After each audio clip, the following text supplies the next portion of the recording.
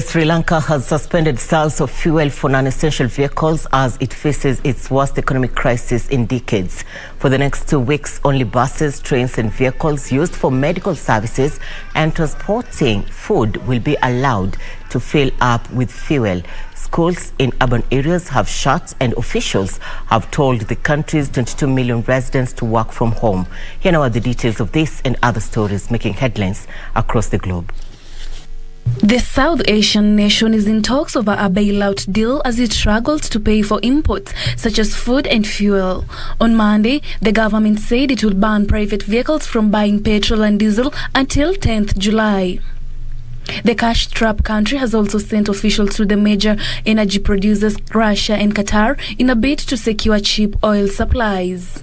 Sri Lanka's economy has been hit hard by the pandemic, rising energy prices and populist tax cuts. Over the weekend, officials say the country had only 9,000 tons of diesel and 6,000 tons of petrol to fuel essential services in the coming days. Meanwhile, Russia is believed to have defaulted on its debt for the first time since 1998 after missing a key deadline. Russia has the money to make $100 million payment, which was due on Sunday, but sanctions made it impossible to get the sum to international creditors. The country had been determined to avoid the default, which is a major blow to the nation's prestige. Kremlin spokesperson Dmitry Peskov said statements of a default were absolutely unjustified. He added that an intermediary bank had withheld the money and that the reserves were blocked unlawfully.